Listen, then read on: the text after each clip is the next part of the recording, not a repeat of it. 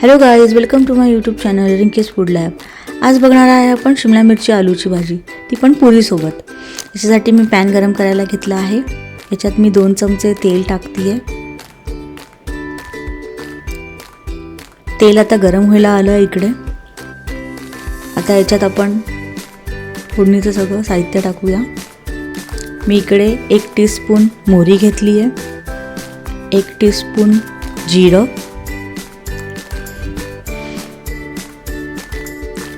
कढीपत्ता, हे चांगलं तडतड होऊ देऊया. आता मिरची, मी इकडे 2 मिरची घेतल्या आहेत. मिरची पण चांगल्या फ्राय होऊ देऊया. हिंग 1 टीस्पून. फोडणी चांगली आपण ही परतून घेऊया तेलामध्ये. बडीशोप पण टाकते मी इकडे 1 टीस्पून, ते पण चांगली परतून घेऊया इकडे फोडणी. आता मी इथे शिमला मिरची टाकते आहे.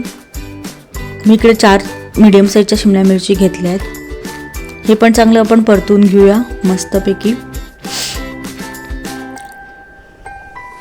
आता मी इकडे जे आपले बटाटे आहेत ते घेते आहे. बटाटे पण पूर्ण परतून घेऊया तेलामध्ये. फोडणी पूर्ण लागू देऊया भाजीला पूर्ण आपल्या. हे पण चांगलं परतून झाल्यानंतर मी आता मसाले टाकते आहे. 1 टीस्पून हळद, 1 टीस्पून तिखट,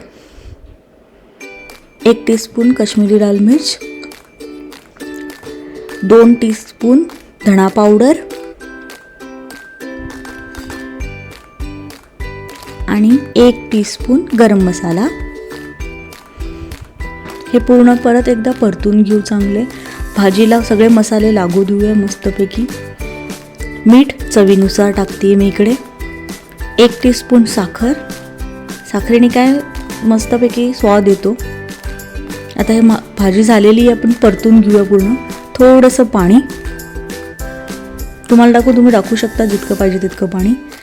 पूर्ण परतून घेऊया. एकदा 5 मिनटं झाकून ठेवूया. 5 मिनटं झालेले आहेत. भाजी चांगली परतून घेऊया. बघूया शिजली आहे चांगली भाजी आपली इथे. आता आपण याच्यात गार्निशिंगसाठी थोडी कोथिंबीर टाकूया. मस्त फ्रेश कोथिंबीर. इकडे भाजी आपली रेडी आहे. आता हिला आपण पुरीसोबत सर्व करूया.